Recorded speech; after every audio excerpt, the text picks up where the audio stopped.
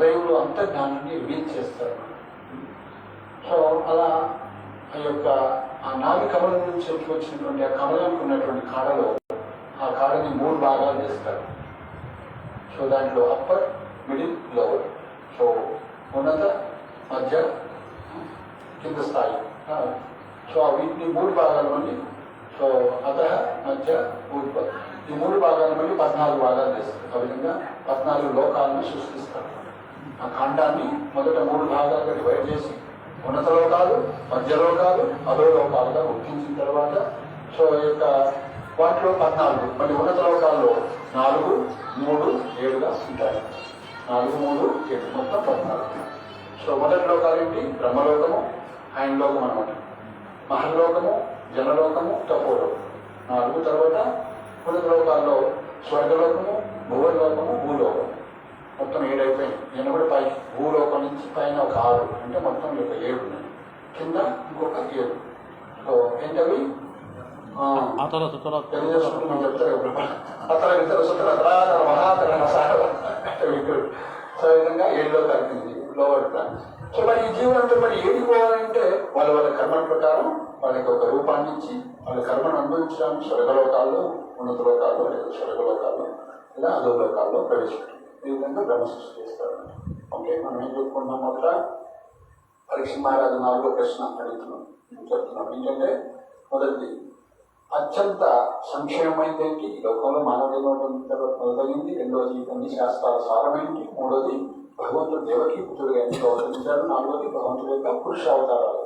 So ఆ విధంగా ఈ యొక్క పురుషావతారమైనటువంటి గర్భోత్సాహ విష్ణువు పరమాత్మగా ఈ యొక్క 14 లోకాలు జీవులు ఆయన యొక్క దృష్టి పాతం వల్ల ఈ ప్రకృతి ఏ విధంగా అయితే తండ్రి తల్లికి గర్భాన్ని ఇస్తాడో, శిశువుని ఇస్తాడో ఆయన యొక్క దృష్టి ప్రభావం వల్ల కాలం మిగిలిపోయి సో జీవులందరినీ కూడా ప్రవేశపెట్టడం వల్ల ప్రకృతిలో ఈ జీవులను కూడా వస్తాయి.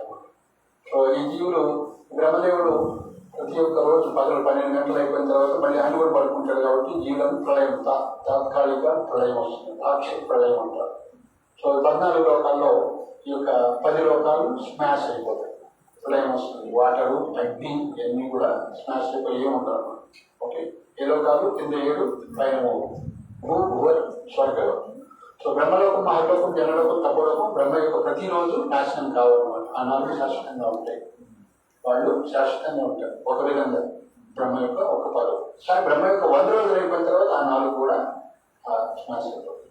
సో ఆ విధంగా గర్భోదశ విష్ణు నుంచి మళ్ళీ ప్రతి జీవి యొక్క హృదయంలోకి క్షీరోదశ విష్ణువుగా భగవంతుడు అవతరిస్తాడు. ఇవి 3 పురుషావతారాలు. సో కాబట్టి 4వ ప్రశ్న భగవంతుడి పురుషావతారాలు ఏంటి? సో 5వ ప్రశ్న భగవంతుడి యొక్క లీలావతారాలు ఏంటి? లీల అనేక లీలలు చేశారు భగవంతుడు. పురుషావతారాలు, లీలావతారాలు. భగవంతుడు దేవకీ పుత్రుడిగా నిర్మించాడు. అన్ని శాస్త్రాల సారమేంటి? అదేవిధంగా మానవ జీవితంలో అతి ఉత్తమమైనటువంటిది ఏంటి పొందగలిగింది. అయిపోయిన తర్వాత 6వ ప్రశ్న. సో 6వది ఏంటి? మరి భగవంతుడి లోకాన్ని వదిలిపెట్టిన తర్వాత ధర్మము, జ్ఞానము ఎవరిని ఆశ్రయించింది? ధర్మం ఎవరిని ఆశ్రయించింది అని అడుగుతారు. భగవంతుడు వెళ్ళిపోయిన తర్వాత ఈ లోకానికి ఏంటి ఆశ్రయం ఏంటి అసలు? సో ఈ 6 ప్రశ్నలకు సమాధానమే ఒక శ్రీమద్ భాగవతం. శ్రీమద్ భాగవతంలో 18,000 శ్లోకాలు ఉంటాయి. ఈ 18,000 శ్లోకాలు బ్రహ్మదేవుడికి 4 శ్లోకాలు చెప్తాడు. మనకి విస్తరించి చెప్పడానికి వాటిని 18,000 శ్లోకాలుగా విస్తరించి చెప్తాడు. 4 శ్లోకాలు. సో బ్రహ్మ 4 ప్రశ్నలు వేస్తాడు భగవంతుడికి. భగవంతుడు వాటికి ఆన్సర్ చేస్తారన్నమాట. సో అవి కొంచెం విస్తారంగా భాగవతం చెప్పుకుంటాం. సో అయితే సో ఈ యొక్క భాగవతానికి ముందు శ్రీమద్ భగవద్గీత వాణి మన భారతదేశంలో ముఖ్యంగా తెలుగు వాడికి గణశాల వాడినటువంటి భగవద్గీత పెట్టుకుంటాం. సో అదేదో చనిపోయిన రోజు వేసుకునేటువంటిది కాదు. ఒక ఫ్రిడ్జ్ కొంటాం కదా, ఫ్రిడ్జ్ కొంటే ఒక మాన్యువల్ ఇస్తారు కదా. సో ఆ మాన్యువల్ చదవకుండా ఆపరేట్ చేసిన అది తిప్పేసి పాడైపోతుంది. అట్లనే మన మానవ జీవితాన్ని తయారు చేసి ఇచ్చిన తర్వాత భగవంతుడి మాన్యువల్ ఇచ్చినాడు. ఇది ఎట్లా ఆపరేట్ చేయాలి, ఇందులో అన్ని పెట్టున్నాయి. కానీ సరిగ్గా తెలియకుంటే కామము, క్రోధము, మోహము, మాత్సర్యము, లోహము గ్రహించి వేస్తాయి రకరకాల సమస్యలు. సో ఈ జీవితంలో ఎలా అసలు ఏంటి, ఎవరు తయారు చేశారు, ఎన్ని నుంచి వచ్చింది, ఏం పొందడానికి వచ్చిందని మానవ జీవితానికి వచ్చింది. సో మరి ఈ భగవద్గీతలో ఎన్ని శ్లోకాలు ఉంటాయి? ఈ భగవద్గీతలో 700 ఉంటాయి. శ్రీమద్ భాగవతంలో 18,000 శ్లోకాలు. ఓకే, ఈ భగవద్గీతలో 700 శ్లోకాలు ఉంటాయి. 700 శ్లోకాలని 18 అధ్యాయాలుగా విభజించారు. 18 అధ్యాయాలు. మొదటి 6 అధ్యాయాలు, మధ్య 6 అధ్యాయాలు, మళ్ళీ చివరి 6 అధ్యాయాలు. సో ఈ యొక్క భగవద్గీతలో 4 యోగాల గురించి చెప్పారు. యోగా అంటే ఏంటి? యోగా చేస్తారు మీరంతా? ఏమంటుంది? ప్రాణాయామం ఉంటుంది. యోగా ఇది కూడా యోగాని. గాలి పీల్చుకొని గాలి వదలుతుంది. సో అట్లే కొడతా ఉంటారు ఏంటో డంబుల్స్ అంతా కూడా బాడీ బిల్డింగ్ చేస్తుంటారు. ఇది కూడా యోగాసనాలు కూడా రామ్దేవ్ మంచి యోగాసనాలు సూచించుకోవాలి. కాబట్టి ఇది శారీరకమైన, కానీ ఇది మనకి ఆత్మకు సంబంధించిన విషయం. ఆత్మ శరీరం మనస వాచ్యకరణ. సో కాబట్టి 4 యోగాలు చెప్పారు. మరి యోగం అనేది 4 యోగములు ఉన్నాయి. ఏంటి యోగం అంటే ఏంటి? అనన్య చింతయంతో మాం. విన్నారు ఈ శ్లోకం? ఏ జనా పరిపాసతే తేషాం నిత్యాభియుక్తానం యోగం క్షేమం వహామి అహం. యోగం అంటే ఏంటి?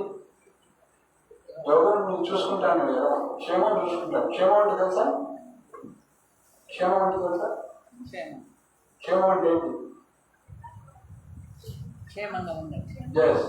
క్షేమంగా వెళ్ళిరండి అంటాం కదా. అంటే మంచిగా పోయారండి, మంచిగా ఉండండి, ఇంటి మంచిగా శుభం జరుగుగాక. క్షేమం. శ్రేయస్సు ప్రేయస్సు అని నేను ఉంటాయి. శ్రేయస్సు తెలుసు కదా? శ్రేయస్సు అంటే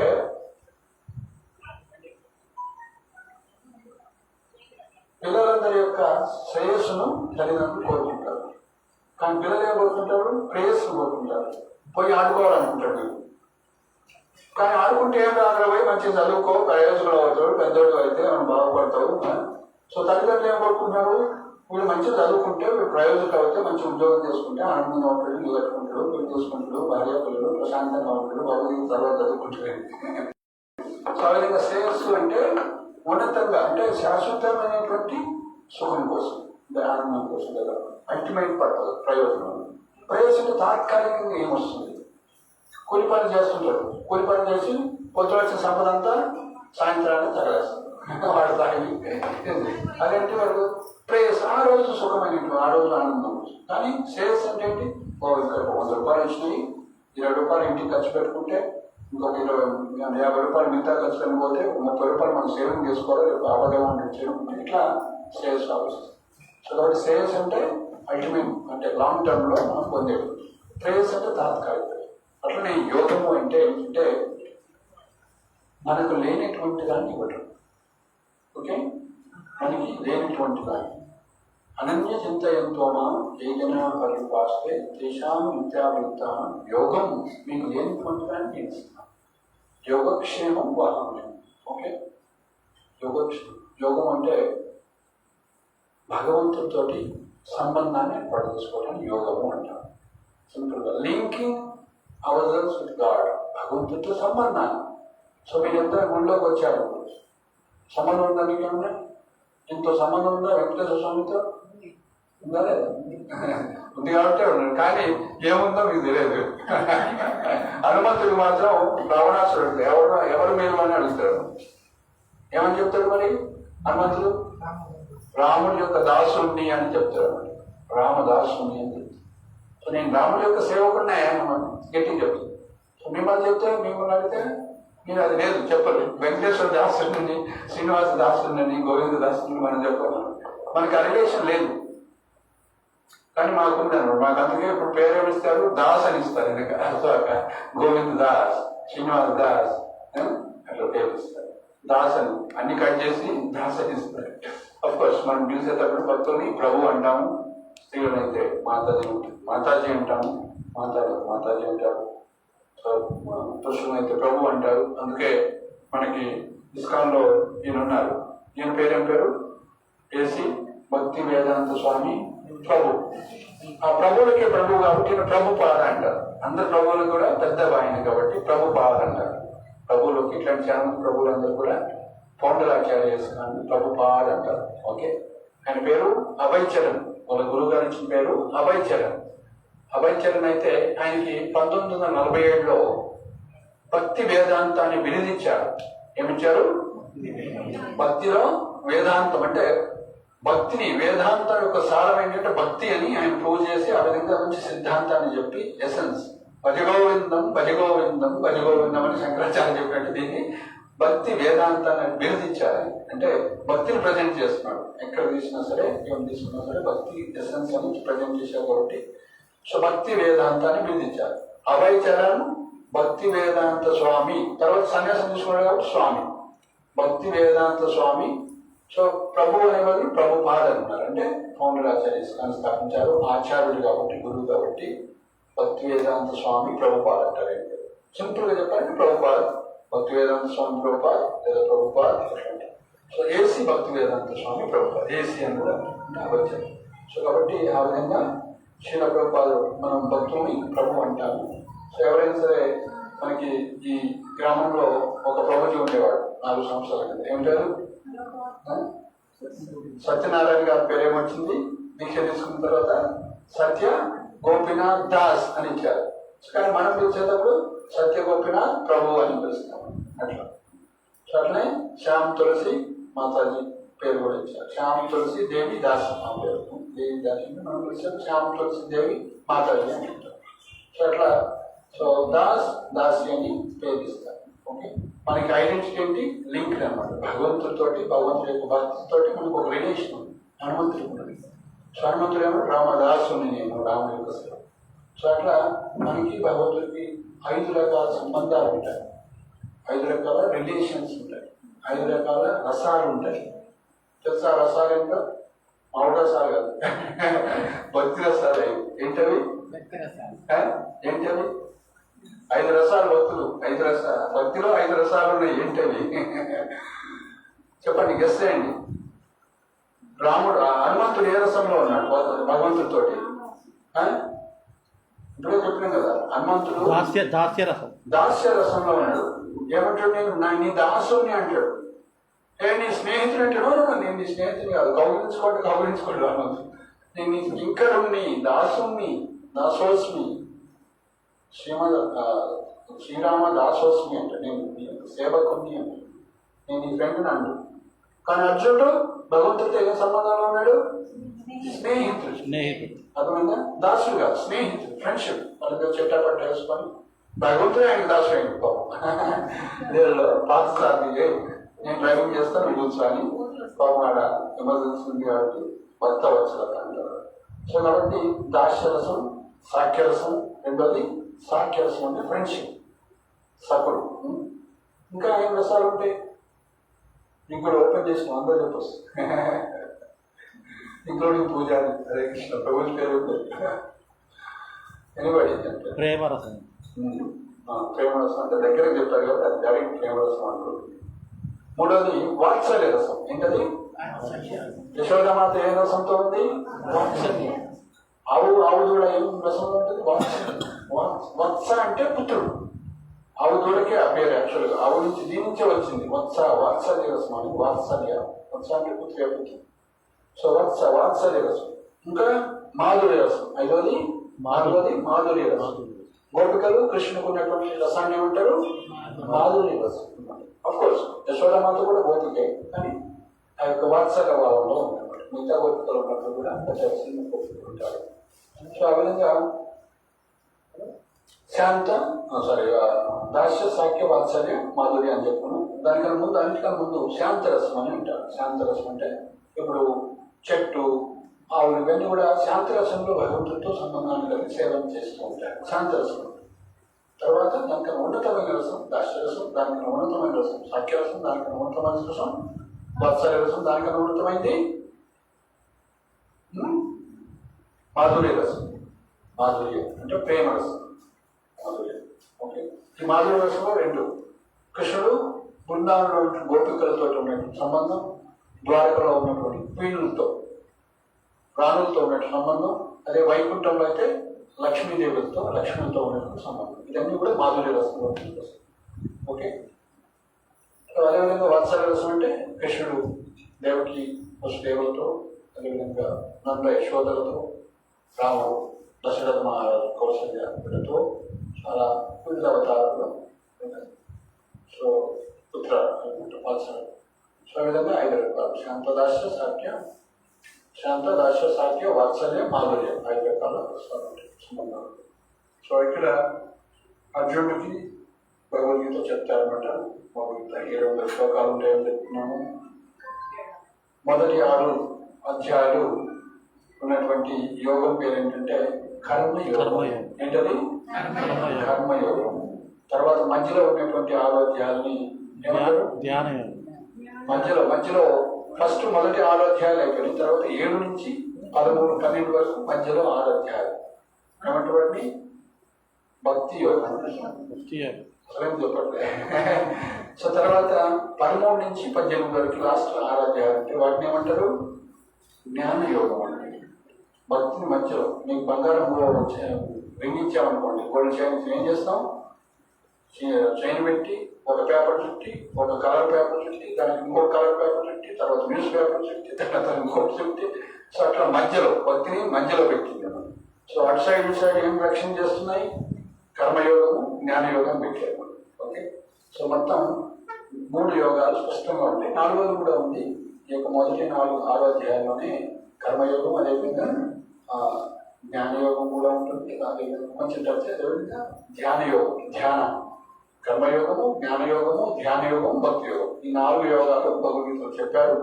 కానీ వాటిని సింపుల్గా మనం క్లాసిఫై చేయాలంటే మొదటి 6 అధ్యాయాలు కర్మయోగాన్ని, అందులో కొంచెం ధ్యానయోగం కూడా టచ్ అవుతుంది.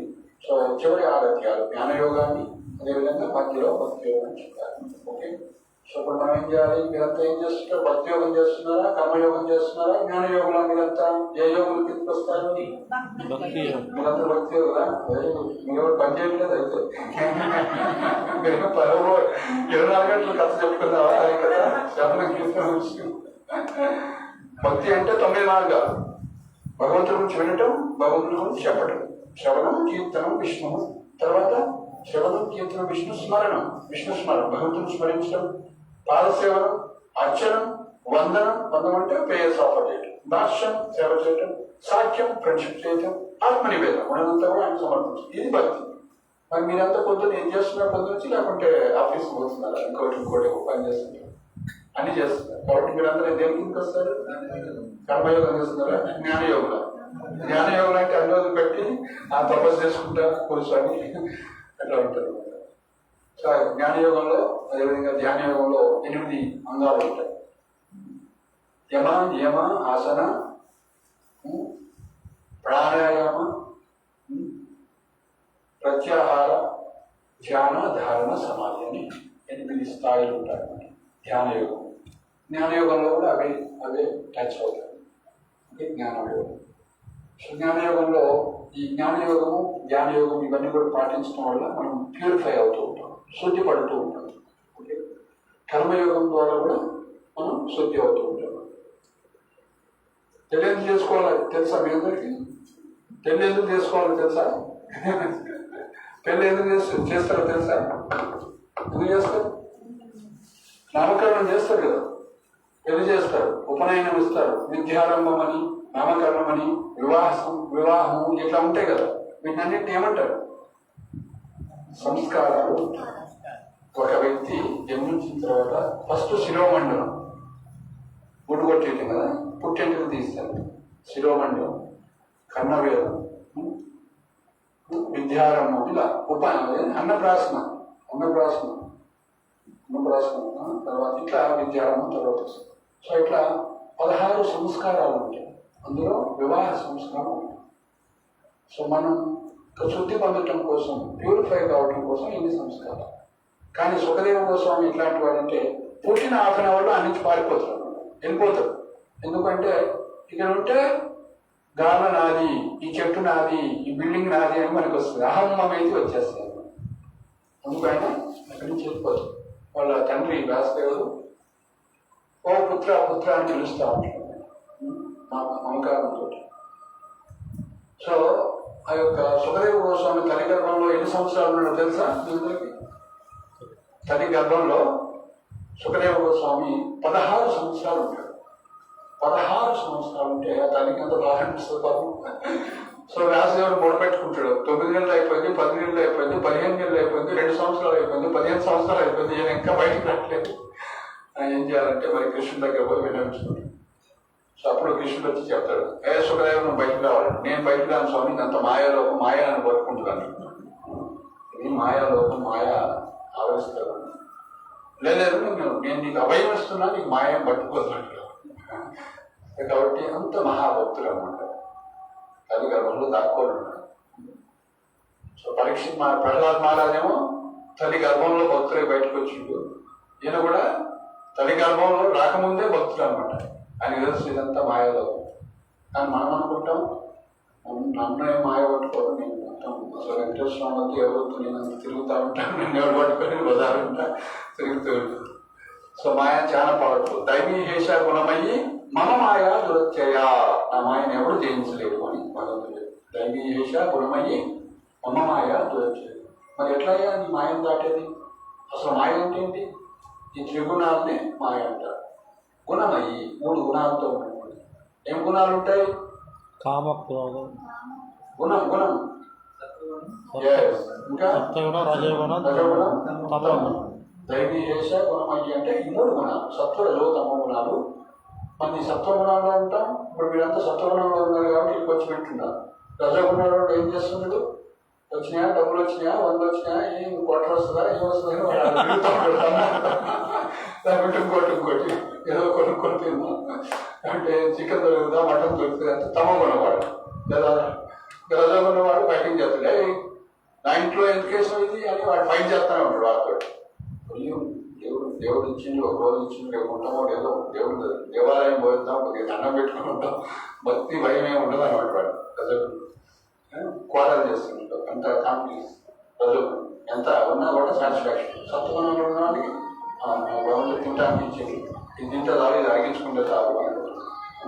సత్వగుణం అంటే బ్రాహ్మణుడికి సత్వగుణం ఉంటుంది, క్షత్రుడికి రజోగుణం ఉంటుంది, వైశ్యుడికి రజో తమ గుణాలు 2 వస్తున్నాయి, శూద్రుడికి తమ గుణాలు 1 సూర్యుడు. సో బ్రాహ్మణుడు అంటే చాతుర్వర్ణం మయా సృష్టం గుణకర్మ విభాగశ. భగవంతుడు సృష్టించాడు 4 వర్ణాలు. ఏంటవి? చాతుర్వర్ణం 4 వర్ణాలు. ఏంటి వర్ణాలు? బ్రాహ్మణ, క్షత్రియ, వైశ్య, శూద్ర. ఎవరు సృష్టించారు? భగవంతుడు. చాతుర్వర్ణం మయా సృష్టం, నేను సృష్టించానని చెప్తున్నాను. మనం ఎవరు సృష్టించలే, జీవుడు సృష్టించలే, బ్రహ్మ కూడా సృష్టించలే, శివుడు సృష్టించలే, లక్ష్మీదేవి సృష్టించలే, సనాతన సనత్ కుమారుడు సృష్టించలే, కపిలుడు సృష్టించలే, దేవత సృష్టించారు. ఎవరు సృష్టించాడు? కృష్ణుడు సృష్టించాడు. ఎవరు సృష్టించాడు? కృష్ణుడు. అడుగున ఎవరు? వెంకటేశ్వర స్వామి కృష్ణుడు ఒకటేనయ్యా చెప్పడానికి నేను చెబుతున్నాను.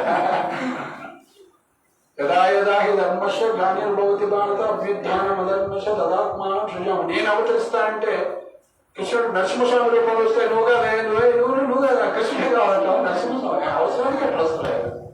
ఓకే, ఇక్కడ వేటకాల స్వామి కాబట్టి గాలిలో వేటాడుకుంటూ వచ్చింది శ్రీనివాసం. నేనే తిరుపతి వెంకటేశ్వర స్వామి అంటే నువ్వు కాదా, నువ్వు తిరుపతిలో పేరు ఎందుకున్నావు, నేను వస్తా వస్తుంది కాబట్టి వచ్చాను. నా భక్తుడు పిలిచాడు కాబట్టి విష్ణు అవతారాలు ఆయన ఎట్లయినా రావచ్చు. సో దానికి ప్రభుపాదులు ఏం చెప్పారంటే విష్ణువుకి కృష్ణుడికి తేడా ఏంటంటే మరి ఎట్లా అర్థం చేసుకోవాలంటే ప్రభుపాదు ఒక ఎగ్జాంపుల్ ఇచ్చారు. ప్రభుపాదు అంటే ఇస్కాన్ ఫౌండర్ రాశారు. ఒక వ్యక్తి జడ్జిని చూడటానికి కలవటానికి ఇంటికి వెళ్ళారు. ఓకే, అయితే ఆయన అన్నారు వాళ్ళు కూర్చోండి, బిజీ ఉన్నారు కొద్దిగా, మీరు 1/2 అవర్ కూర్చోండి, వస్తారు. కూర్చున్నాడు, 1/2 అవర్ అయింది, ఇంకా రాలేదు. గంట అయింది, ఇంకా రాలేదు. 2 గంటలకు ఇంకా రాలేదు. ఇంట్లో అడిగితే ఇప్పుడు బిజీ ఉన్నాడు, టైం పడుతుంది. అది ఏం బిజీ ఉన్నాడని ఆయన సో విండో నుంచి చూస్తాడు. ఏం చేస్తుంది బిజీ ఉన్నాడు, నువ్వు ఎంత పడుతున్నావు. సో వాళ్ళ మనవుడితోటి ఆయన ఆడుకుంటున్నాడు. ఈయన గుర్రమైంది, ఆయన చలచల గుర్రం, ఆయన మీనకి చలచల గుర్రం నడుస్తుంది. అయ్యో ఇది.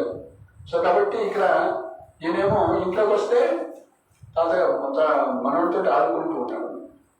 అదే మనవుడు కోర్టుకు పోతే ఏమన్నారే, ఓ మై లార్డ్ అన్నారు, సెల్యూట్ చేయాల్సింది. తాతగారు అని ఒళ్ళో కూర్చోడానికి కుదరతాడు. అక్కడ సెల్యూట్ చేయాలి, నమస్కారం చేయాలి. కోర్టుకు పోతే ఓ మై లార్డ్ అన్నారు అంతే, జస్టిస్. సో కాబట్టి ఆడేంటి అఫీషియల్, ఇక్కడ ఫ్యామిలీ మెంబర్. సో కృష్ణుడు వెంకటేశ్వరం అంటే వైకుంఠంలో ఎటువంటి స్వామి ఐశ్వర్య భావంతో ఉంటాడు. ఇతనే ఉండాలి, అటు కదలటానికి లేదు. కొద్దిగా కూర్చుంటే నీ పక్కన కూర్చుంటే కుదరదు. సో అట్లా. కానీ రాముడిగా వచ్చినప్పుడు, కృష్ణుడిగా వచ్చినప్పుడు మన ఫ్రెండ్ కావచ్చు, స్నేహితుడు కావచ్చు, తమ్ముడు కావచ్చు, అన్న కావచ్చు, అట్లా. ఓకే, మన ఫ్యామిలీ మెంబర్గా వస్తాడు కృష్ణుడు. ఓకే, మనకి ఎందుకండి 2 చేతులు ఉన్నాయి? ఎందుకు మనకు 2 చేతులు ఎందుకు వచ్చినాయి? మన నాన్నకి 2 చేతులు ఉన్నాయి కాబట్టి మనకు వచ్చినాయి. మరి ఆయనకి 2 చేతులు ఎట్లా వచ్చినాయి? వాళ్ళ నాన్నకి 2 చేతులు ఉన్నాయి కాబట్టి 2 చేతులు. సో అట్లా ఎవరి నుంచి వచ్చినాయి ఇవన్నీ? మన మహారాజు నుంచి వచ్చింది. మన ఎవరు పుత్రుడు?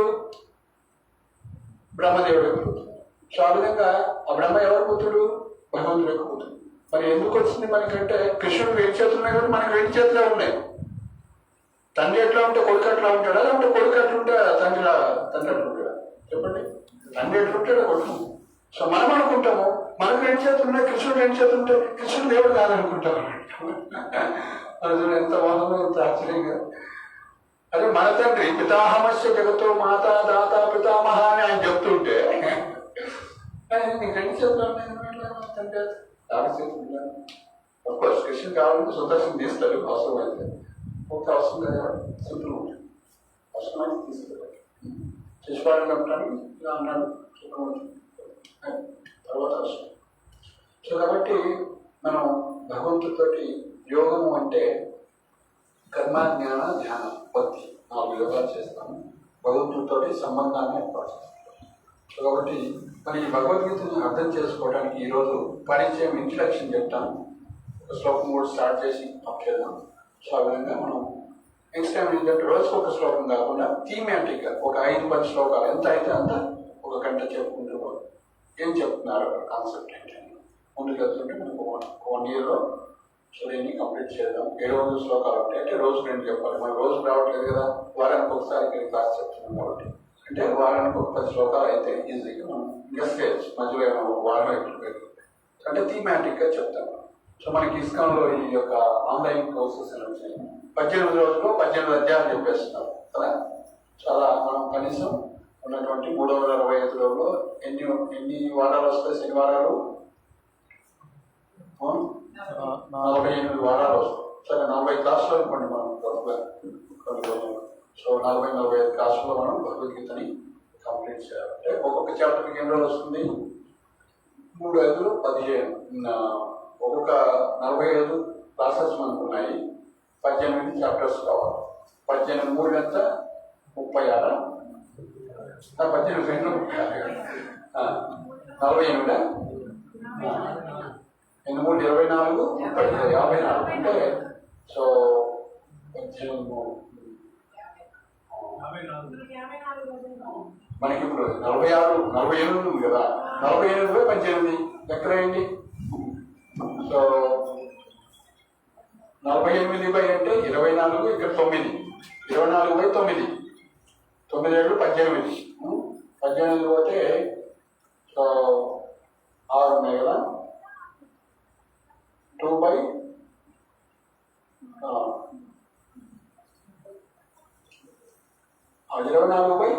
కదా. 24/9 3 3 3 24 కదా. 8/3 2.5 అంటే 2 సెషన్స్లో అంటే 15 రోజులకు ఒక చాప్టర్ అయిపోతుండాలి మనం. అంతేనా? అంతే కదా. ఎన్ని రోజులకు ఒక చాప్టర్ కావాలి? 18 అధ్యాయాలు అంతే కదా. 12 నెలలు ఉన్నాయి కదండి, కరెక్ట్గా అంతే. 18 అధ్యాయాలంటే నెలకి 15 రోజులకు ఒక చాప్టర్ అయిపోతే నెలకి లేదా 13 days.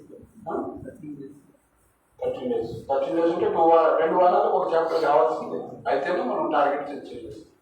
సో కాబట్టి 2 సెషన్స్లో మనం అంటే మీరు ఆన్ టైంలో రావాలి, మేము కూడా ఆన్ టైం రావాలి. అప్పుడు మేము దూరం నుంచి వస్తాం కాబట్టి సో ఆన్ టైంలో 6 to 8 అంటే 6:32 క్లాసు 8 వరకు పెట్టుకుంటేనే క్లాసు మన హోప్ ఉంటుంది. అట్లీస్ట్ హోప్ ఆలోచించేటువంటి అవకాశం.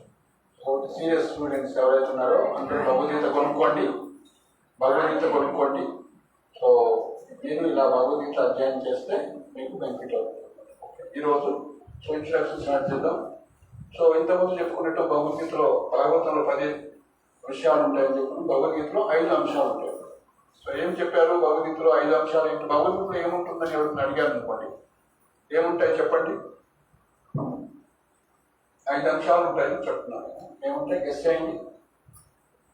భగవద్గీతలో ఏముంటుంది? గెస్. ఎవరో అమెరికా మన దుబాయ్ అట్లా పోతే అమరేంద్ర ప్రభు ఉంటారు, వాళ్ళ నాన్నగారు వాళ్ళు అడిగారు, ముస్లిమ్స్ అడిగారు, మీరు హిందువులు కదండి భగవద్గీత చదివారు, భగవద్గీతలో ఏముంటుందని అడిగారు. నాకు ఫ్రెండ్ మీరు భగవద్గీతలో ఏముంటుందని. ఆయన కూడా ఏం తెలియలే. అప్పుడు మళ్ళీ ఇండియా వచ్చాను, భగవద్గీత కొనుక్కొని పుస్తకాలు పరిచయం అయ్యి అదే భగవద్గీతలో ఏముంటుంది. భగవద్గీత 5 అంశాలు చెప్తారు. సో ఒకటి చెప్పండి, ఈశ్వర, జీవ, ప్రకృతి, కాల, కర్మ. ఈ 5 అంశాల గురించి చెప్తారు. ఒకటి ఈశ్వర. ఈశ్వర అంటే భగవంతుడి గురించి, సుప్రీం కంట్రోలర్ గురించి. ఓకే, ఈశ్వర పరమ కృష్ణ సచ్చిదానంద విగ్రహ అనాదిరాజ గోవింద సర్వదా. ఈశ్వర అంటే కంట్రోలర్. ఈ ఇంటికి యజమాని ఉన్నాడు, ఆయన ఈశ్వరుడు అంటారు. ఈ ఊరికి ఒక యజమాని ఉన్నాడు, ఇక దేశానికి ఒక యజమాని ఉన్నాడు, లోకానికి ఒక యజమాని. అట్లా సర్వలోక మహేశ్వరం భోక్తారాం ఇన్నతక్షాం సుహృదాం సర్వభూతం. సర్వలోక అన్ని లోకాలు కూడా అధిపతి భగవంతుడు, ఆధ్యాత్మిక భౌతిక లోకాలు. కాబట్టి ఈశ్వరుడు అంటే ఎంతోమంది ఉన్నారు. మళ్ళీ మీరు ఈశ్వరుడు అంటే శివుడు అనుకుంటారు. ఈశ్వరుడు అంటే శివుడు అంటే కూడా విష్ణు నామ ఈశ్వరుడు. శివ అంటే ఆస్పీసియస్, శుభాన్ని కలిగించేవాడు శివుడు. విష్ణు యొక్క అవతారం విష్ణుడు అంటే ఇంకెవరు కాదు. సో కాబట్టి ఈశ్వరు అంటే ఎవరు? నియంత్రించేవాడు, కంట్రోల్ చేసేవాడు. మరి పరమనియంత పరమ కంట్రోలర్ ఎవరు? పరమ ఈశ్వరుడు ఎవరు? కృష్ణుని ఈశ్వరుడు అను, పరమ ఈశ్వర. ఈశ్వర పరమ అంటారు. పరమ ఈశ్వరు సుప్రీం కంట్రోలర్ ఎవరు? Supreme controller. ఈయన ఏమంటారు? కృష్ణుని దేవుడు అంటారా? దేవుడు అంటారు. ఏమంటారు? దేవదేవుడు అంటారు. భగవంతుడు దేవదేవుడు. ఏంటి? దేవదేవుడు. దేవతలు కూడా దేవుడు, దేవదేవుడు అంటారు. ఎన్ని పదాలను కూడా ఇస్తాను పుస్తకం. సో కాబట్టి ఈశ్వర భగవంతుడి గురించి ఉంటుంది ఇందులో, కృష్ణుడి గురించి లేదా భగవంతుడి గురించి ఉంటుంది, విష్ణు గురించి లేదా భగవంతుడి గురించి ఉంటుంది. రెండోది జీవ. జీవ అంటే మనం జీవులు అన్నమాట. ఎన్ని రకాల జీవులు ఉంటాయి?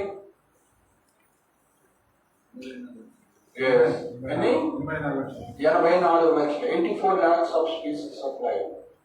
సో ఏంటో తెలుసా అవి? 84 లక్షలు. రేపు రాసుకోమంటారా? నెక్స్ట్ రాసుకోకి డిస్కస్. మహాభారతం చెప్పారు మన శాస్త్రాలు.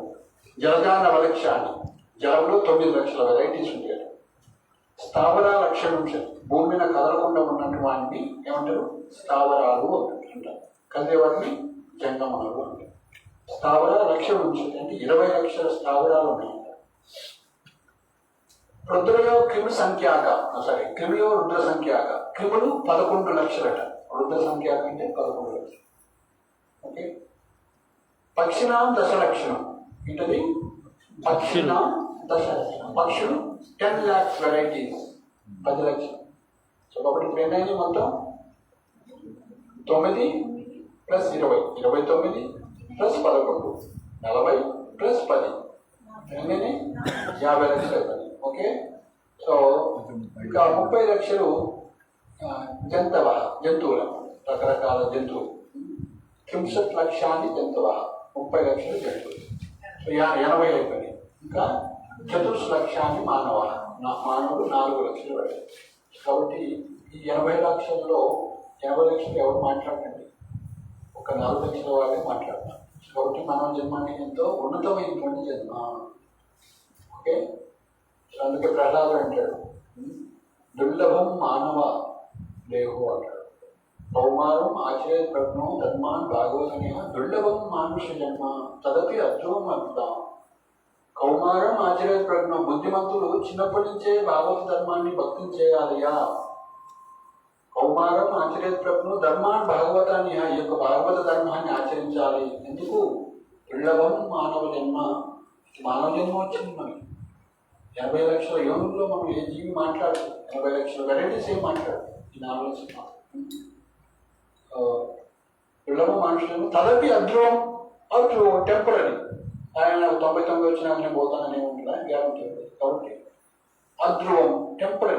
తెల్లవారికి శరీరం నుంచి మనం లేస్తామో లేదో తెలియదు. లేస్తామా? గ్యారంటీయా? గమనిస్తారా? స్వామి గ్యారంటీ ఇస్తే మనం గ్యారంటీ లేస్తాం. స్వామి హెల్ప్ చేస్తే మనం లేస్తాం. స్వామి వెళ్ళిపోయింది అనుకోండి మనలో నుంచి, మనం అంటే మనం కూడా బాగుంటుంది కదా తప్పదు. కాబట్టి అద్రువం అద్భుతం, వెరీ వెరీ మీనింగ్ఫుల్. ఎవరైనా లేట్ అయితే ప్రసాదం తీసుకుంటారో తీసుకోండి. ఇది కూడా ప్రసాదమే, అది కూడా ప్రసాదం. ఇది ఆత్మకి ఆహారం, అదేమో శరీరానికి ఆహారం. సో కాబట్టి అద్భుతం అద్భుతం, very very meaningful. Human life అంటే వెరీ వెరీ మీనింగ్ఫుల్. అంటే మనం ఏదైనా సాధించవచ్చు మానవులంలో. అంటే ఏం సాధించాలి మరి? మనం ఏం వస్తే జీవుడు 80 లక్షలు, జీవుడు 84 లక్షలు మనకి మానవ జన్మ వచ్చింది. ఏం సాధించాలి మనం? What is the goal of life? ఆయన అడిగిన పరీక్ష మన సోదయ కోసం అత్యున్నతమైనది ఏంటి? పొందదగింది ఏంటి ఈ లోకంలో? అత్యంత శ్రేయస్కరమైనటువంటిది, క్షేమకరమైనది ఏంటి ఈ లోకంలో అని అడుగుతున్నా. మీరు మోక్షం అని చెప్పారు కాదు, స్వామిని అడగండి. భక్తి అన్నారు. ఏమన్నది? ప్రేమ, భక్తి, అది భక్తి యోగం అన్నమాట. ఓకే. సో కాబట్టి మోక్షం అనేది చతుర్విధ పురుషార్థాలు అంటారు. ధర్మ, అర్థ, కామ, మోక్ష, చతుర్విధ పురుషార్థం. భక్తి అనేది పంచమ పురుషార్థం. భక్తి చేస్తే ఆటోమేటిక్గా ధర్మము, అర్థము, కామము, మోక్షం ఆటోమేటిక్గా. మోక్షాన్ని మనం కోరుకోవాల్సిన అవసరం లేదు. సో మాకు మోక్షం ఇస్తామంటే మాకు మోక్షం వద్దు. ఏంటి మోక్షం అంటే? భగవంతుడు లాంటి రూపం వస్తుంది, లేదా భగవంతుడు లాంటి ఐశ్వర్యం వస్తుంది, లేదా భగవంతుడు లోకానికి వెళ్ళవచ్చు. నాలుగోది భగవంతుడు లాంటి భగవంతుడి తోటి ఉండొచ్చు. కానీ నీకు ఏ సేవ అయ్యాడు? ఈ పక్కన పెట్టుకుంటే ఏమి ఇయ్యాడు. చిన్నగా ముడిచే సేవ కూడా లేదు. నీకు అది ఎట్లాంటి కావాలా? అంతే ఐశ్వర్యం ఇస్తాడు భగవంతుడు. ఎంత ఐశ్వర్యంతో నీకు అంతే ఐశ్వర్యం ఇస్తాడు, కానీ ఇంత సేవ అయ్యాడు.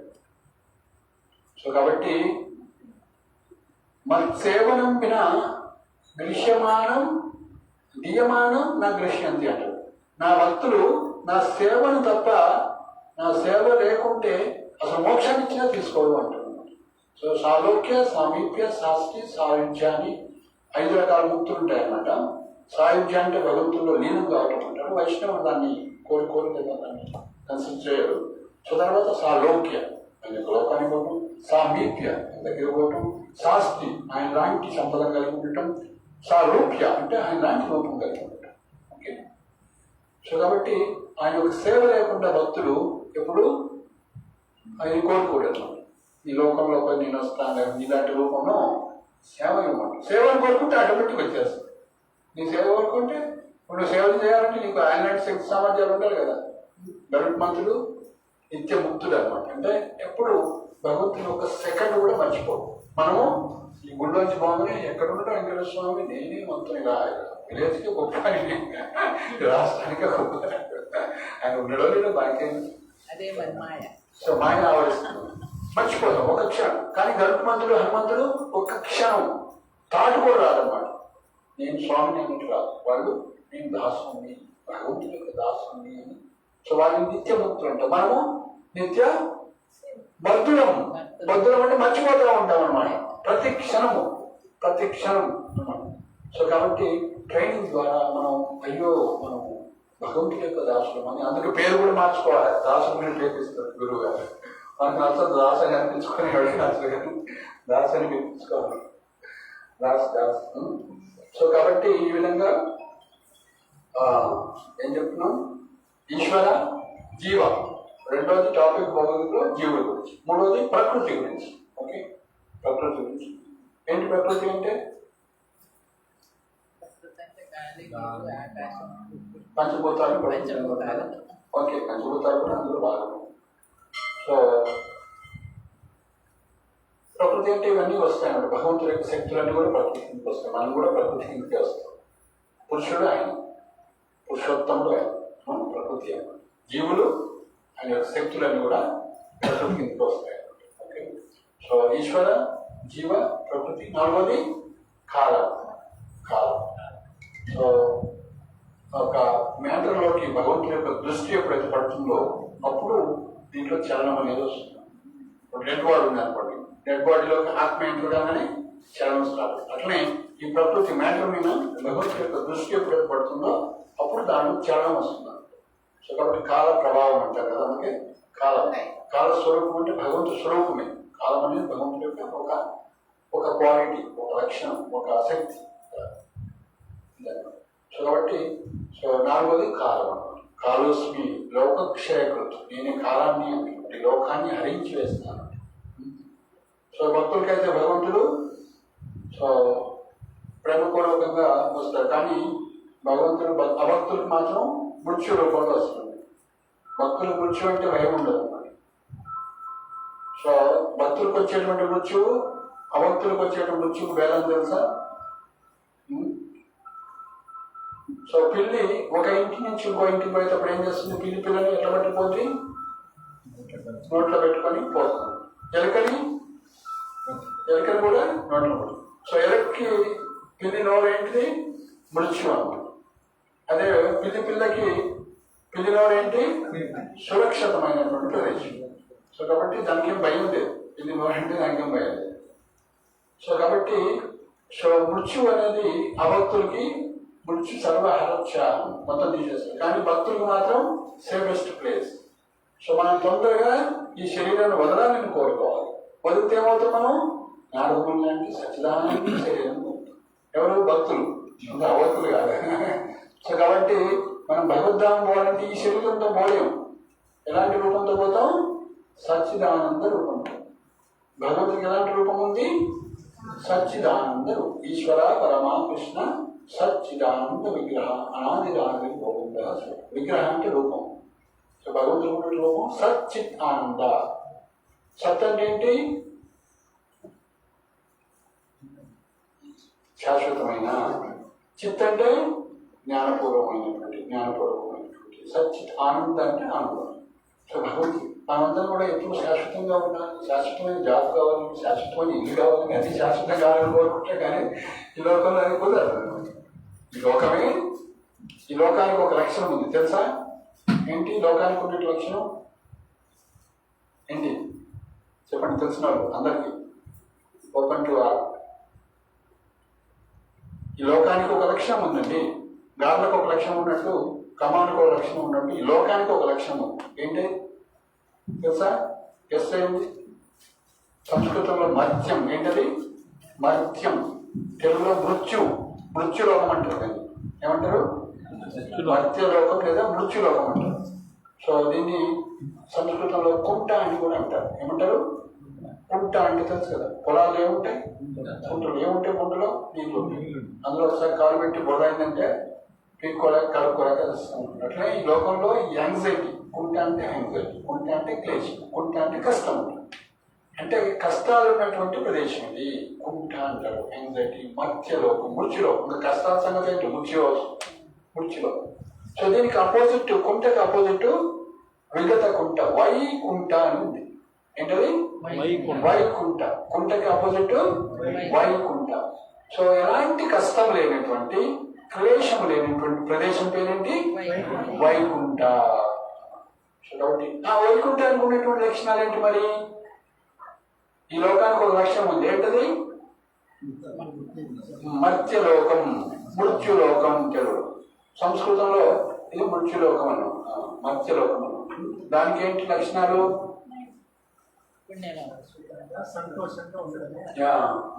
ఈ మత్స్యం అయితే అది అమర్త్యం, అమృతం. ఏంటది?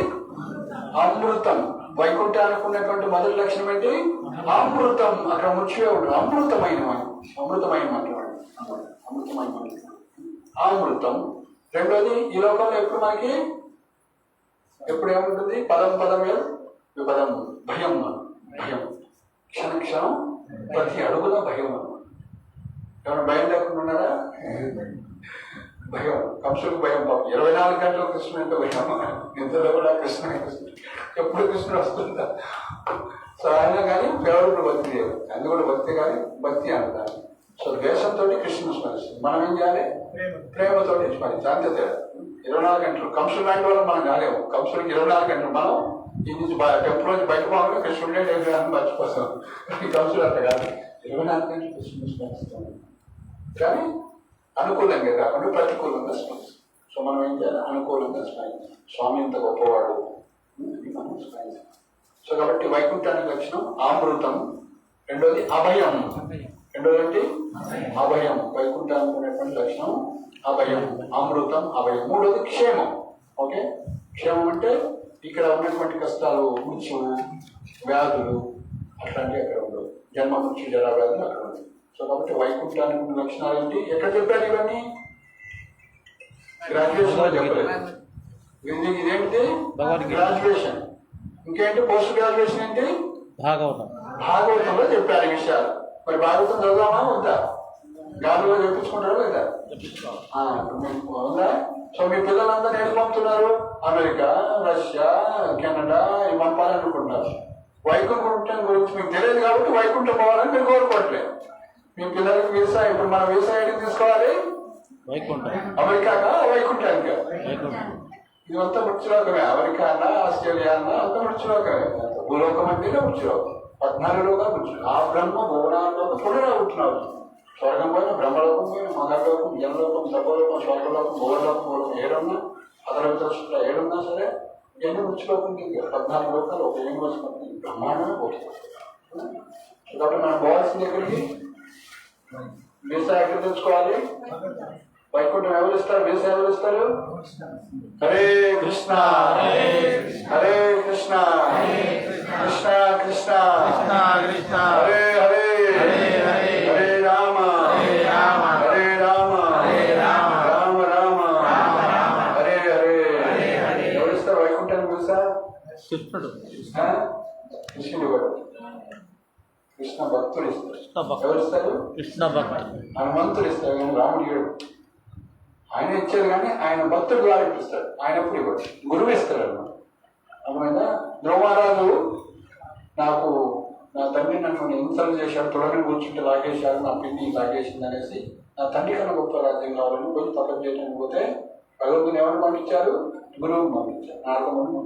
భగవంతుడు రాడు, అవసరమైనప్పుడు వస్తాడు. ఆయన వచ్చేటప్పుడు వస్తాడు. సో కానీ ఫస్ట్ గురువు అని. సో కాబట్టి భగవంతుడి యొక్క కృప ఎలా వస్తుంది? గురువు ద్వారా వస్తుంది. సో కాబట్టి మీరు ఎవరు పట్టుకోవాలి? మీకు వీసా కావాలంటే గురువుని పట్టుకోవాలి. అసలు గురువు అంటే ఎవరు? ప్రభుపాద అనమాట, శ్రీల ప్రభుపాద. ఈయన చెప్పేశారు.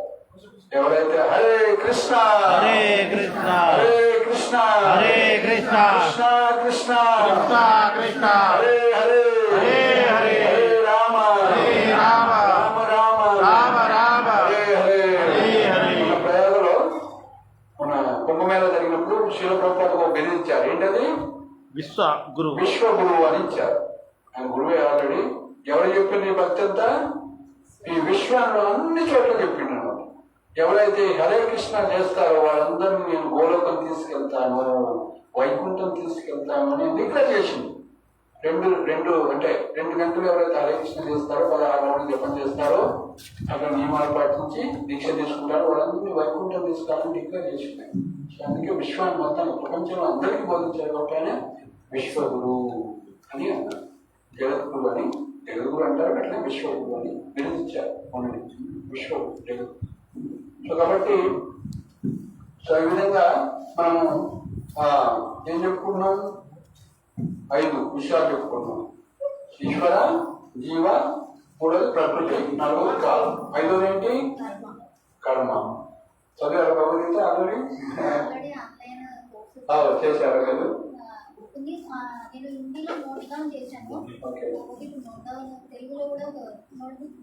మీరు హిందీ టీచర్ అని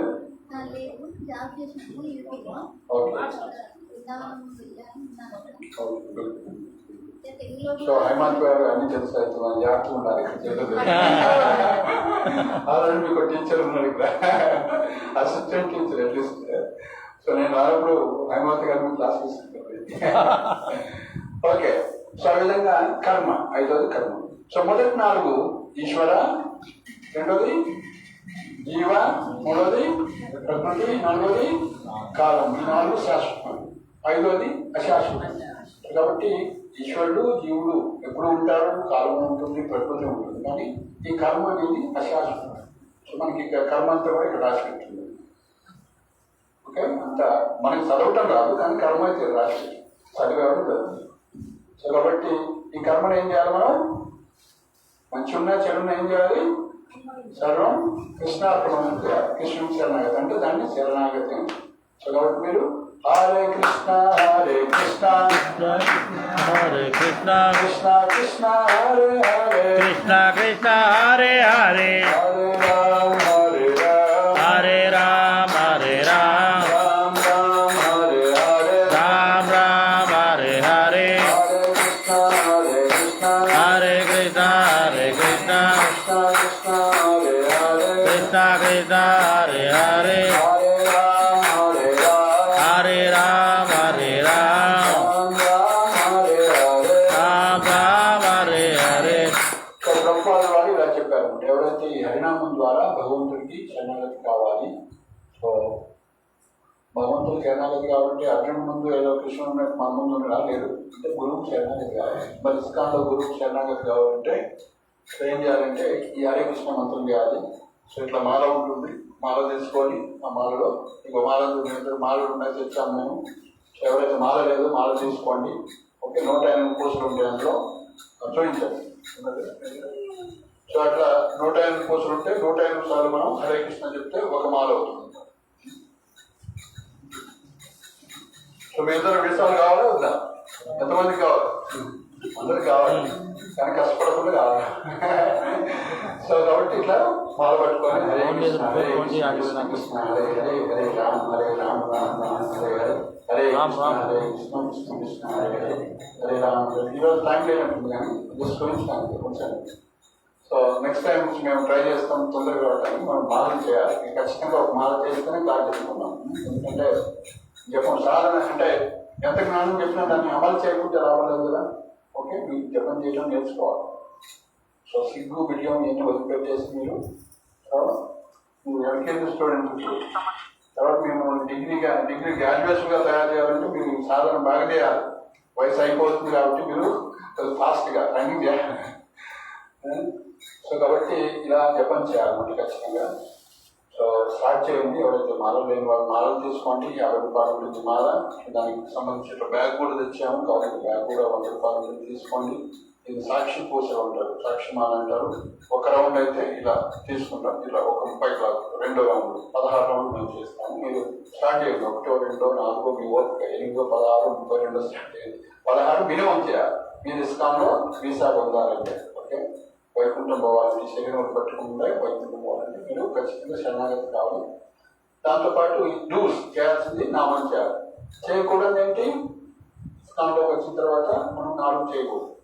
సో అదేంటంటే అధర్మ పనులు చేయకూడదు. అధర్మం అనేది 4 రకాలుగా ఉంటుంది, లేదా ధర్మం అనేది 4 పాదాలమైన ఉంటుంది. ధర్మం యొక్క 4 పాదాలు ఏంటి తెలుసా? అహింస. గుడ్. ఒక పాదం పేరు అహింస, అంటే హింస చేయకపోవటం. ఇంకా సత్యం అనేది ఇంకొక పాదం. మనం చెప్పిన 4 పాదాలు. సత్యం, దయ, తపస్సు.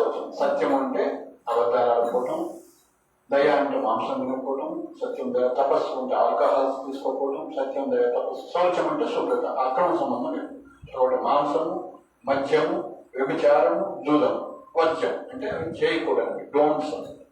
సో 4 నియమాలు పాటిస్తూ మాంసం తినకుండా, మద్యం తాగకుండా, జూదం ఆడకుండా, అక్రమ సంబంధం లేకుండా ఉండి సో చేసి హరే కృష్ణ కృష్ణ కృష్ణ హరే హరే హరే రామ హరే రామ. సో అలా చేస్తే మీరందరూ శిష్యులు కావచ్చు. శివ ప్రభుపాదులు ఏర్పాటు చేసిన వ్యవస్థలో శిష్యులు కావచ్చు. శిష్యులు అయ్యి మీ పనులు చేసుకుంటూ ఉండొచ్చు. ఏం పనులు చేస్తున్నారు మీరంతా? వ్యవసాయ పనులు, మోసం జాబ్ చేసి, లేదా మాలాగా ఫుల్ టైమ్గా కృష్ణ కోసం పనిచేసి. మీకు డౌట్ ఉండొచ్చు, మేము ఇక్కడ జాబ్ వదిలి పెడితే మాకు గోవా అని పెడుతున్నాం అనుకోవచ్చు. సో మీరు విలేజ్ సెక్రటరీ అనుకోండి, ఆ ఉద్యోగాలు పెట్టి ఐఏఎస్ జాబ్ వచ్చింది అనుకోండి, ప్రైమ్ మినిస్టర్ కోసం పనిచేయాలి. ఆ జాబ్ చేస్తే బోర్ రాదా, అన్నం రాదా, వస్తుందా? సో కాబట్టి ఈ యొక్క బ్రహ్మాండాన్ని, భూమండలాన్ని, బ్రహ్మదేవుడు ఇట్లాంటి వీళ్ళంతా 14 లోకాన్ని కంట్రోల్ చేసేందుకు ఒక ఆయన ఉన్నాడు. సో ఆయన సేవ చేయకుండా లేకపోతే భూమి సేవ చేయకుండా కరెక్ట్గా ఈ 14 లోకాలు కదా ఇట్లాంటి అనంతకోటి బ్రహ్మాండాన్ని పాలించేటువంటి వెంకటేశ్వర స్వామికి సేవ చేశారు అనుకోండి, ఆ నారాయణకి సేవ చేసింది అనుకోండి, ఆ కృష్ణుడికి సేవ చేసింది పోదు కదా. విశ్వాసం ఉందా మీకు? మేము ఎప్పుడో 2005లో వదిలిపెట్టేసాం అట్లాంటి ఉద్యోగాలన్నీ. ఇక మాకు దొరుకుతాయండి, మీరందరూ తినడం మీరే పెడతారు కదా, దొరుకుతుంది. ఎందుకంటే ఇంకా ఉన్నతంగా దొరుకుతుంది. సో ఉన్నతమైనటువంటి జాబ్ చేస్తే అంటే మీరు కూడా వైష్ణవులు అయ్యి కృష్ణుని శరణాగతి, మీరు ఇంకా భక్తిని ప్రచారం చేయాలి. వెనకబడి ఉన్నాం మనం, అర్థమైందా? జ్ఞానాన్ని తీసుకొని మీరు ఈ జ్ఞానాన్ని పంచాలి, పంచగలిగిన వారు. పంచలేకుంటే మన పిల్లలకి మనమే పంచుకోవట్లే. అసలు మనమే తినలేదు లడ్డు, తిరుపతి లడ్డు మనమే తినలేదు. గిట్లకి మనము తిరుపతి లడ్డు తిన మనం ఒక్కడే తినాం కదా, పెట్టాలని ఉంటుంది మన ఫ్యామిలీ మెంబర్స్. సో కాబట్టి మనం తిరుపతి లడ్డు తిని అంటే తర్వాత ఆ టేస్ట్ అందరికీ కూడా అందించాలి. సో రామనామం ఎంతో రుచిగా అంటున్నారు. ఈ నామం తీసుకున్నట్లయితే, ఈ భక్తి తీసుకున్నట్లయితే సో ఎంతో ఆనందంగా ఉంటుంది. సచ్చిదానంద రూపం అనేటువంటి భగవంతుని సేవిస్తూ ఉంటే మనకు ఎంతో ఆనందం వస్తుంది, దుఃఖం ఉండదు. సో అలాంటి ఆనందాన్ని 10 మందికి ఇంకా పంచాలి కదా. సో మీ ఊరికి మరి వీటి పంచడానికి ముందుకు రావాలి కదా, ప్రయత్నిస్తారా? సో మీరు గ్రాడ్యుయేట్స్ అయినాక తర్వాత మీరు కూడా ఇట్లాంటి గ్రాడ్యుయేషన్ తయారు చేయాలి. మీరు టైమౌట్ రెడీగా ఉన్నారు. సో కాబట్టి ఇలా నియమాలను పాటిస్తూ ఈ కష్టం ఉందా? ఏమన్నా ఇందులో కష్టం ఉందా లేదా? నేను బాగానే కష్టమే కష్టం తిరగ పెట్టుకోవాలంటే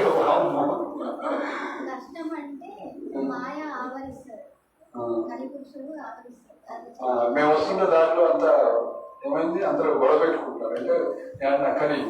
సో అందుకే కలికి వెలుగుడు ఏంటో తెలుసా? కలే దోషే నిదే రాజాన్ అస్థి ఏకో మహాగుణం కీర్తనాదేవ కృష్ణస్య ముక్త సుఖం. ఈ కలియుగంలో అంతా దోషంతో కూడుకుంటుంది. ఎక్కడ చూసినా గోడలు, కష్టాలు, కలహించుకుంటూ ఉంటారు. కలే దోషం, ప్రతి వ్యవస్థ, ప్రతి ఇన్స్టిట్యూషన్, ప్రతి ప్లేసు, ప్రతి కూడా కలిపురుషులతో ఆవరించబడి దోషంతో కలిగి ఉంటుంది. అంటే చీకటి ఆవరించి ఉంది అన్నమాట. మాయ అంటారు దాన్ని, కరెక్ట్ వర్డ్స్ వాడు. చీకటి ఏం చేయాలి? చీకటి ఆవరిస్తే ఏం చేయాలి? దీపం పెట్టాలి. మనం ఏం చేయాలి? సూర్యుడిని పిలవాలి. సూర్యుడు వస్తే అంతా చీకటి పోతుంది. కలే దోషే నిదే రాజా. కానీ ఈ కలియుగం అంతా కూడా దోషంతో కొడుకుంది. కానీ ఒక మంచి గుణం ఉంది ఈ కలియుగాన్ని. ఏంటది? కీర్తనాదేవ కృష్ణస్య ముక్త సంఘం పరముడు. కృష్ణ అంటే చాలు, ఇమీడియట్ గా. సూర్య అంటే చాలు, నువ్వు వెలుగులు పెట్టాల్సిన అవసరం ఏ దీపం ఆ దీపం అని పనికట్టదు, అవసరమే లేదు.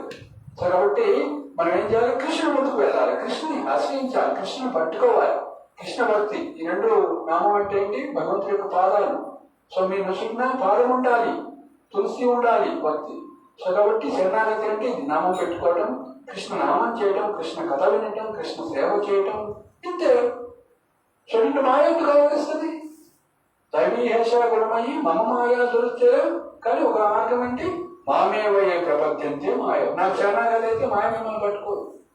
ఒక ఇంట్లో పోతున్నాను కుక్క బాబు, అప్పుడు మనకి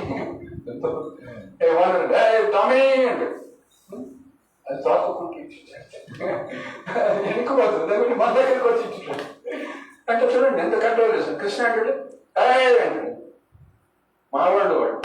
సో తులసి మాల వేసుకున్నాడు అనుకోండి, మాయ ఏం చేస్తాడు? అక్కడికి వచ్చి ఇట్లా నమస్కారం చేస్తాడు. తులసి మాల వేసుకుంటే మాయ వ్యవహరించదు. అర్థమైందా? తులసి మాల వేసుకోవడానికి అర్హత ఏం పని? మాంసం తినకుండా అంటే ధర్మాన్ని పాటించడం, మంచి మార్గాన్ని పాటించడం. మనకి కష్టం ఉంది లేదు, తెలియకుండా కష్టం.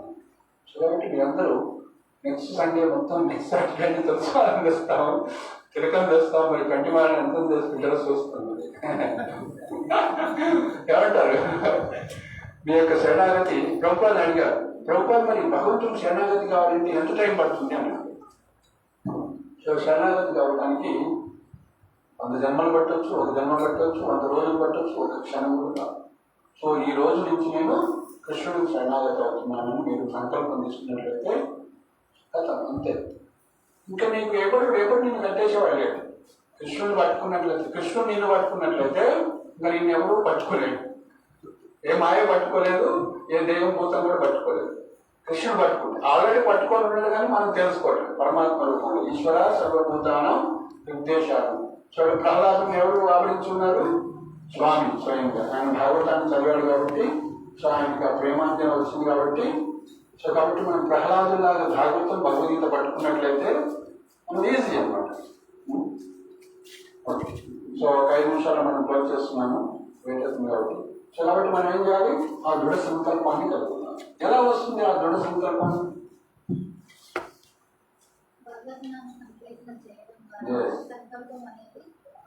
సంకల్పం అనేది పెరుగుతుంది.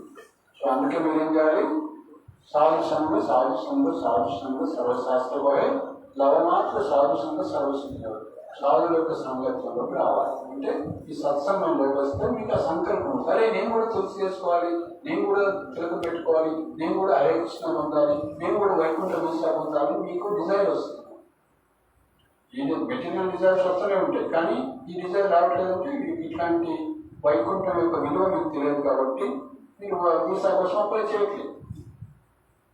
అభయం ఉంటుంది, అమృతం ఉంటుంది, అమృతమైనటువంటిది అభయమైనటువంటిది, అదేవిధంగా క్షేమమైనటువంటి లోకం గురించి మీకు తెలియదు కాబట్టి మీరు అప్లై చేయాలి. కానీ గొప్పవాడంతా ప్రహ్లాదుడు, భీష్ముడు, జనక మహారాజు, బలి మహారాజు, సుఖదేవ గోస్వామి, యమధర్మరాజు, దాని 12 మహాజనులు ఉన్నారు. బ్రహ్మ, నారద, శివ, కుమార, కపిల, మను, ప్రహ్లాదు, జనకు, భీష్మ, బలి, వయాసుకి, భయం, వీళ్ళందరూ 12 మహాజనులు ఉంటారు. వీళ్ళందరూ కూడా భగవంతుడి కింద పనిచేస్తూ ఉంటారు. కాబట్టి వాళ్ళ యొక్క మార్గంలో మనం కూడా పయనించాలి. మరి మీకు కంటిమాలు ఇంకా సందేహం అనేది ఉండేది. కాశీలో గురుపదేశం తీసుకున్నాను, లలితామాత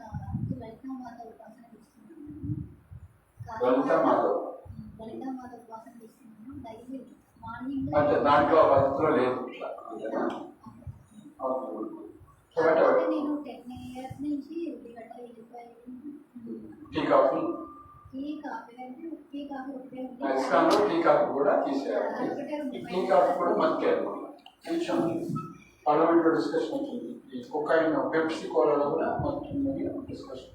ఇట్లా ఏంటి మత్తు పానీయాలు మనం తీసుకోవాలి. ఎందుకంటే బ్రిటిషర్స్ మనం ఇంటర్వ్యూ చేశారు. అందుకే మేము ఏం చేస్తున్నాం, హెర్బల్ ఛాయ్ తాగుతాం. దవా ఛాయ్ అని ఉంటుంది, పుల్లలు నెక్స్ట్ టైం చేస్తాం, కావాలి మీకు ఇంటర్వ్యూ చేస్తాము. హెర్బల్ ఛాయ్ మంచి పవర్ఫుల్ అన్నమాట. అది రోగ నిరోధక శక్తి పెంచుతుంది. ఇలాచి, లవంగా, వీటిని పేస్ట్ తయారు చేస్తారు. సో చెట్టు వేలు ఉంటాయి కదా, రకరకాల బూట్స్ అవన్నీ చేస్తున్నారు. సో కాబట్టి దవా ఛాయ్ తాగండి, మంచి హెర్బల్ ఛాయ్ తాగండి. ఆ యొక్క హ్యాబిట్ కూడా పోతుంది, అర్థమైనా చెడు. సో కాబట్టి మనం అర్థం మాత్రం తీసుకోవచ్చు. ఓకే,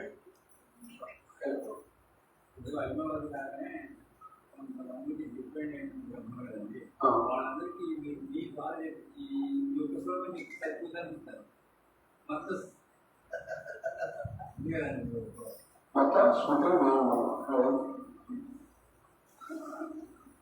శ్లోకం కదండి, చెప్పండి. శ్లోకమే వస్తుంది అంటే మీరు చెప్పాల్సింది. నేను మొత్తం ఈ ప్రపంచం మొత్తం దేవతలందరూ కూడా సూత్రమున మై సర్వవిధం మొత్త పరతరం నాన్నే కించిత్ ధనంజయ మై సర్వవిధం మొత్తం సూత్రే మణిగణ. ఎట్లయితే ఈ యొక్క హారం ఉందో, ఈ యొక్క హారానికి ఆధారం ఏంటి, అందులో ఉన్నటువంటి దారం. సూత్రే మణిగణ ఇవ, ఈ యొక్క పురుషుల దండ అవుతుందో దాంట్లో దారాన్ని నేను బయటకు అవపడేట్లా చూడటానికి, కానీ నేనే ఆధారం. నేను లేకుంటే పూసల దండే నిలవదు అని అంటున్నారు. అట్లనే ఈ లోకమంతా ఇలా ఉంది, నడుస్తున్నాయి, ఏవి క్లాసెస్ గా ఉందంటే నేనే, నా యొక్క శక్తి నేను ఆధారం అని చెప్తున్నాను. సో కాబట్టి మనం ఏదైతే అన్నాం, ఇప్పుడు నేను మాట్లాడుతున్నానంటే నేను మాట్లాడలే, భగవంతుడు ఆధారం. భగవంతుడు లేకుండా, పరమాత్మ లేకుండా నేను మాట్లాడలేను. కాబట్టి పరమాత్మ మీద ఆధారపడి జీవించాలంటే ఏం చేయాలి, ఫస్ట్ మనం సాధువుల యొక్క సాంగత్యంలో వచ్చి వింటా ఉండాలి. వింటూ ఉంటే మన యొక్క అజ్ఞానం పోతుంది అన్నమాట. మనకి అజ్ఞానం పోతే అప్పుడు మన సిగ్గు వస్తుంది. ఏంటి మనం అరే మనం ఆ ఎంత దూరం నుంచి వస్తున్నాం, వీళ్ళు భక్తి చేస్తున్నాం, మేము ఇట్లా ప్రభుత్వాలు అన్నారు. అమెరికన్స్ వచ్చి ఇక్కడ భక్తి చేస్తున్నారు, 24 గంటలు చాంటింగ్ డాన్సింగ్ చేస్తూ హరే కృష్ణ హరిరామం చేస్తున్నారు. మన సంస్కృతి హరే కృష్ణ హరిరామం మంది. ఇది మా గురువు గారు కెనడా నుంచి, వాళ్ళు రోమన్ క్యాథలిక్ క్రిస్టియన్ ఫ్యామిలీస్ లో పుట్టిన వాళ్ళు ఈరోజు గురువు అయిన ఒక మంచి స్టూడెంట్ గా గురువు అవుతారు కదా. సో శివప్రభుపాద శరణగతులు వాళ్ళు గురువులు అయిన ఈరోజు మనం ఎందుకు రాకూడదు గురువు? భారత భూమితో హైలో మనుష్య జన్మ సార్థకరి కరో భారతదేశంలో పుట్టిన వాళ్ళు మానవ జన్మ సాధ్యత చేసుకొని మరొకరు ఇతరులుగా సహాయం చేయండి. సో ప్రభుత్వాలు గారు అమెరికా వెళ్ళి మన లండన్ వెళ్ళి మీరంతా దొంగిలించుకొని పోయినారు, కానీ ఒకటి మర్చిపోండి ఒక భగవద్గీత కాబట్టి నేను ఇవ్వడానికి వచ్చానన్నా. సో కాబట్టి లండన్ నుంచి వస్తున్నారు వాళ్ళంతా మూవ్ అయ్యారు కొంతమంది. సో కాబట్టి మనం సీరియస్ తీసుకోవాలి. మనం ఓన్లీ ఫిజిక్స్, మ్యాథ్స్, కెమిస్ట్రీ చెప్పడం కాదు, భగవద్గీత బోధించాలి. అర్థమైనా? అలాంటి స్కూల్స్ లేవు, కానీ స్కూల్స్ పెట్టాలి. మనం భాగవతం స్కూల్స్ పెట్టాలి, భగవద్గీత స్కూల్స్ పెట్టాలి. టీచర్స్ కావాలి, ఎంతోమంది టీచర్స్ అపాయింట్ చేయాలి. నువ్వు చేతులు పెట్టుకుంటే కాదు, we have to do it. అప్పుడు ఎంతోమందికి ప్రహ్లాదు ఇదే పని చేసి స్కూల్ పెట్టి అందరికీ ఎంత ఛాన్స్ ఇచ్చినా 5 నిమిషాలు టైం దొరుకుతారు ఆయన అందరికీ నారాయణ నామం భగవంతుడి గురించి చాలా సీరియస్నెస్ కావాలి. ఓకే, లోక పరోపకారం అంటే లోకానికి హితమని. కాబట్టి భగవద్గీత చదవటం బాగు, ముఖ్యంగా నామం చేస్తుందండి. మనం ఇది చదువుదాము నెక్స్ట్. సో ఆ విధంగా భగవద్గీత 5 అంశాలు చెప్పారు. సో అందులో అన్ని మనం చర్చించాము. కర్మ ఒకటి, కర్మ కూడా పోవటానికి సర్వధర్మాను పరిచయం మామేకం శనువుడే అహం సర్వపాపకి మోక్షిష్యాం అంతా కూడా నేను తీసుకుంటాను. సో మనం దాని గురించి వరి పాపము పుణ్యం అంటే వైష్ణవుడికి పాపము పుణ్యం అంటూ ఏమన్నమాట శరణాగతి అయితే ప్లస్ అదే లెవెల్లో కర్మ అంటే పనిచేస్తుండాలి అదే లెవెల్. సో కాబట్టి అలా ఎవరైతే పవిత్రం చేసుకుంటారో మానవ జీవితంలో వాళ్ళు భగవద్ధామానికి వెళ్తారు. ఆ విధంగా మనం భగవద్ధామం కావాలని విధంగా భగవంతుడి యొక్క కృపని అర్థిస్తూ సో ఈరోజు భగవద్గీత యొక్క ప్రవచనాన్ని స్టార్ట్ చేశాము. సో ఫస్ట్ శ్లోకం ఒకటి చదువుతాం, మరి స్టార్ట్ చేయకుండా ఉండదు కదా, సరేనా? ఒక శ్లోకం చెప్పేసి మొదలుపెడతాం. ధృతరాష్ట్ర ఉవాచ ధర్మక్షేత్రే కురుక్షేత్రే సమవేతాయుజుత్సవః మామకా పాండవాశ్చైవ కిమకుర్వత సంజయ.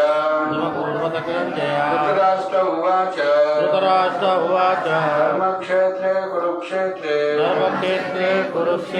సమవేతాయుజుత్సవః మామకా పాండవాశ్చైవ కిమకుర్వత సంజయ. ధృతరాష్ట్ర ఉవాచ ధర్మక్షేత్రే కురుక్షేత్రే సమవేతాయుత్సవః మామకా పాండవాశ్చైవ కిమకుర్వత సంజయ. ధృతరాష్ట్రుడు పలికెను, ఓ సంజయ, కురుక్షేత్రంలోని ధర్మక్షేత్రంలో నా తనయులు పాండుతనయులు యుద్ధము చేయబోరు వారై సమకూడిన తర్వాత ఏం చేశారు? 2వ శ్లోకం కూడా చదువుతాను, తర్వాత ఎక్స్ప్లెనేషన్ నెక్స్ట్ దాంట్లో చదువుతాను. సంజయ ఉవాచ దృష్ట్వా తు పాండవానీకం వ్యూఢం దుర్యోధనస్తదా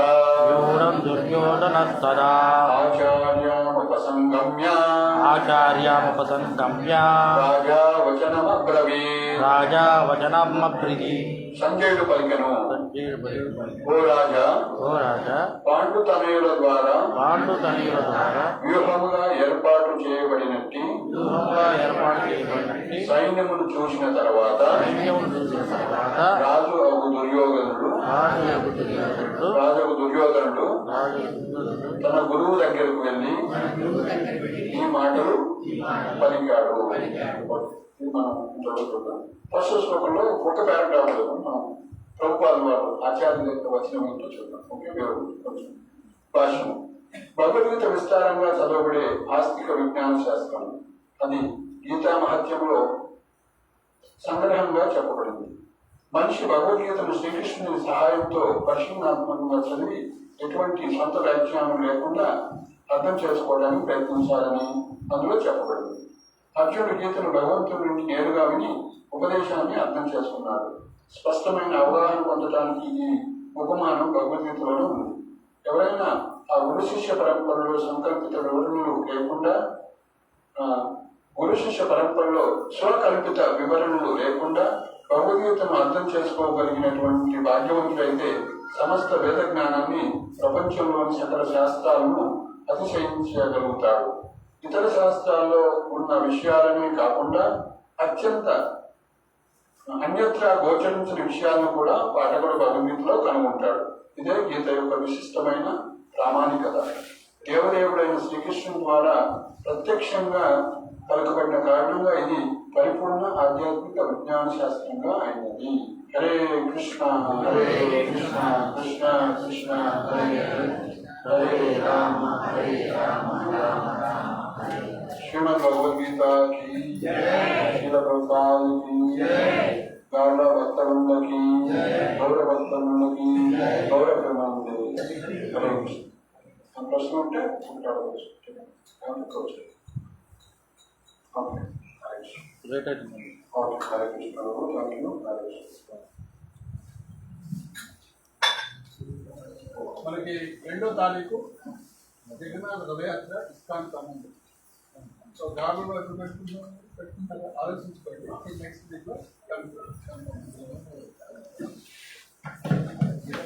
హరే కృష్ణ. హరే కృష్ణ.